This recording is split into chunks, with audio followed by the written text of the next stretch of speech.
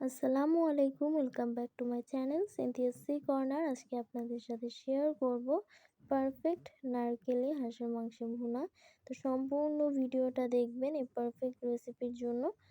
তো প্রথমেই এখানে নিয়েছি 1.5 কেজি ওজনের একটি হাঁস।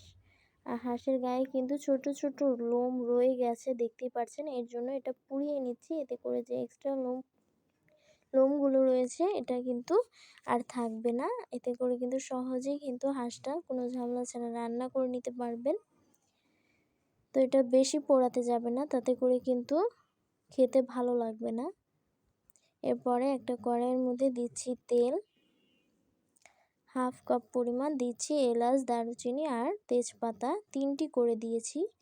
এরপরে দিচ্ছি 2টা লং, দিয়ে ভালো করে নেড়ে দিচ্ছি। আর আজকে যেই মশলাগুলো ব্যবহার করছি পরিমাণটা আমি লিখে দিব স্ক্রিনে, আপনারা দেখে বুঝতে পারবেন, অথবা ডেসক্রিপশন বক্স চেক করে নিলেই কিন্তু হয়ে যাবে। তো এখানে আমি দিয়েছিলাম 1 কাপ পরিমাণ কুচি করে নেওয়া পেঁয়াজ, আর এরপরে দিয়েছি আদা রসুন বাটা 1/4 কাপ পরিমাণ। আর এটা ভালোভাবে ভেজে নিতে হবে, এতে করে কিন্তু তরকারির টেস্ট অনেক ভালো হবে। আর এখানে দিয়েছি জয়ফল জয়ত্রী, অর্থাৎ স্পেশাল একটা মশলা এখানে ব্যবহার করেছি, সেটাও কিন্তু আপনারা ডেসক্রিপশন বক্সে পেয়ে যাবেন, অবশ্যই চেক করবেন।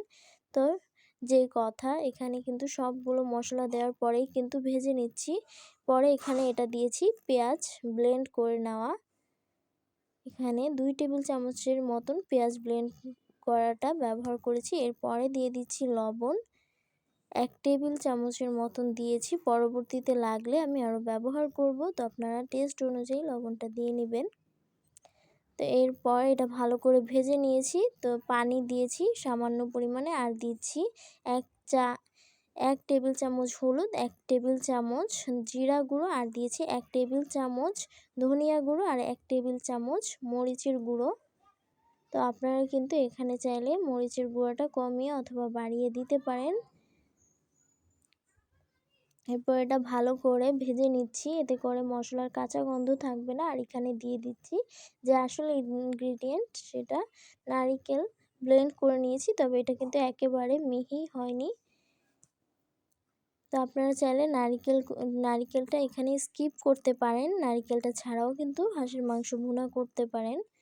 এরপর এটা আমি ভালো করে, দেখতেই পাচ্ছেন, কষিয়ে নিয়েছি, এতে করে কিন্তু তেল ছেড়ে দিয়েছে মশলার থেকে। আর এই পর্যায়ে এখানে দিয়ে দিচ্ছি হাঁসের মাংস, আর এটা কিন্তু আমি ভালোভাবে পিস পিস করে কেটে নিয়েছি, আপনারা আপনাদের মতো করে এটা পিস করে নেবেন।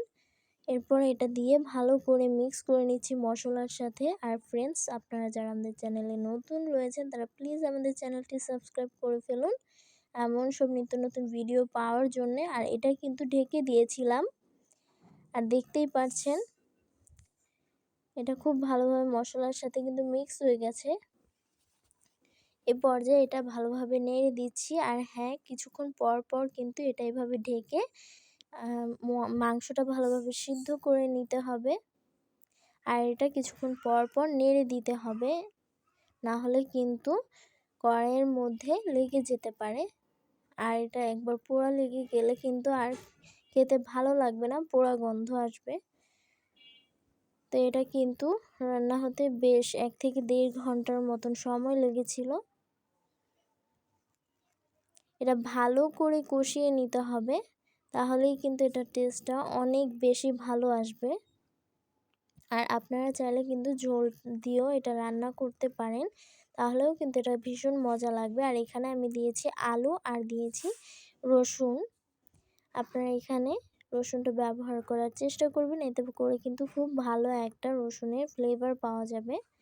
আর মাংসটা কিন্তু সেদ্ধ হয়ে গেছে। আর এরপরে এখানে আমি ঝোল দিয়ে দিয়েছি।